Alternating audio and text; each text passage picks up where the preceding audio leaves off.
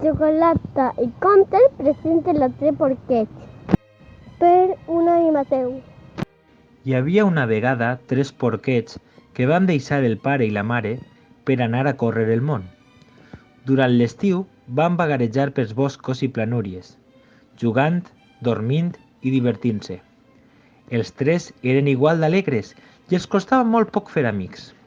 A tot arreu eren rebuts de bon grat, però, a mesura que l'estiu finalitzava, van veure com tothom tornava a les seves ocupacions habituals en previsió del fred de l'hivern.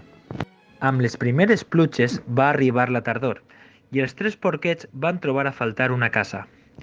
Encara que a desgrat van adonar-se que el temps de lleure havia acabat i era necessari treballar com feien les altres famílies, per no trobar-se sense sostre en un hivern que segurament seria molt plujós. El més gandul va decidir fer-se una cabana de palla. «L'acabaré en un dia», va dir als meus germans, i va quedar-se tan ample. Aquests van sacsejar el cap. «És massa feble», van respondre-li, desaprovant la seva decisió, però ell no va voler avenir-se a raons.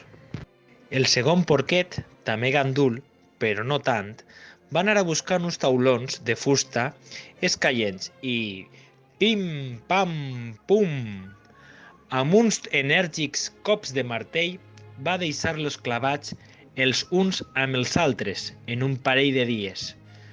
Però la caseta de fusta no va ser del gust del tercer porquet. «No es pot fer una casa d'aquesta manera. Fa falta temps, paciència i molta dedicació. S'ha de construir una casa sòlida que ens defensi del llop». Van passar els dies i la casa del porquet sabí anava creixent a poc, maó a maó.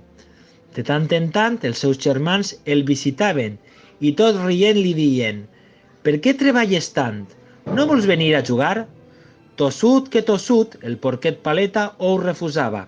«Abans de res, he d'acabar la casa que estic fent de manera que sigui sòlida i ferma.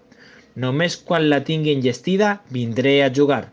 No vull ser un imprudent com vosaltres. Qui rigui l'últim riurà millor». En veure unes petjades al terra, el més savi dels 3 porquets va adonar-se de que un llop enorme corria pels voltants.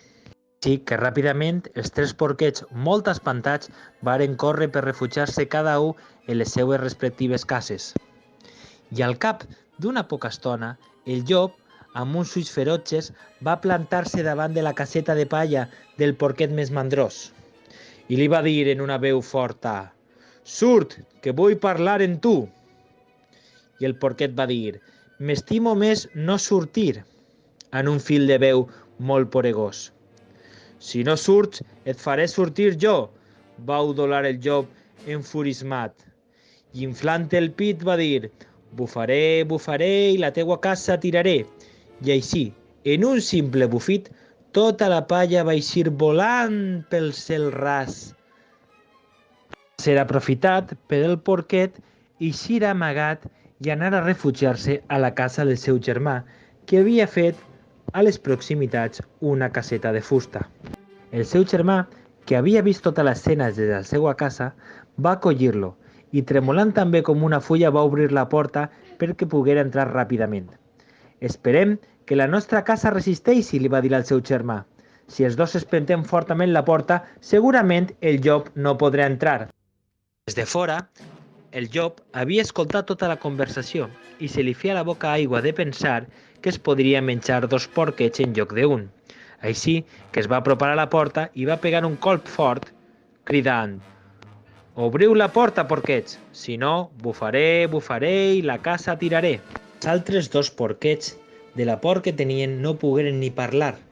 Sols espentaven fort la porta. I quan van veure com el llop bufava i es desmantellava tota la seva casa de fusta, no pensaren més que en córrer cap al seu germà més savi, que havia fet una casa molt més robusta. El porquet sabut els esperava en la porta oberta i ràpidament els 3 porquets se tancaren en la seva casa.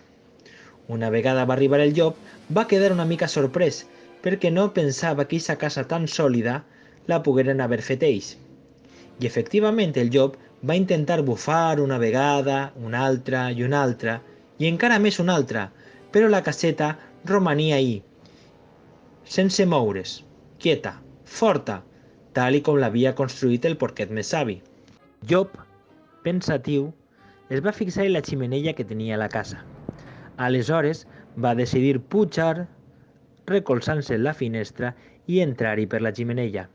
Els tres porquets, espantats que veien els seus moviments, ràpidament varen encendre el foc dins de la cuina, el que faria que el llop es cremara quan baixara per la ximenella. Dit i fet, mentre el llop baixava, encengueren un fort foc que en seguida cremà la cua del llop. El llop pegà un fort crit i d'un bot va sortir de la ximenella i isqué corrent pel camp amb la cua tota cremada, mentre els tres porquets s'abraçaven, cantaven i es felicitaven per la jugada que havien fet a la ximenella. Mai més tornarien a tindre por del llop. Això sí, sempre construirien una casa ferma de rajola que els poguera protegir de nous atacs. Conte contat, conte acabat, i aixeca la mà si t'ha agradat.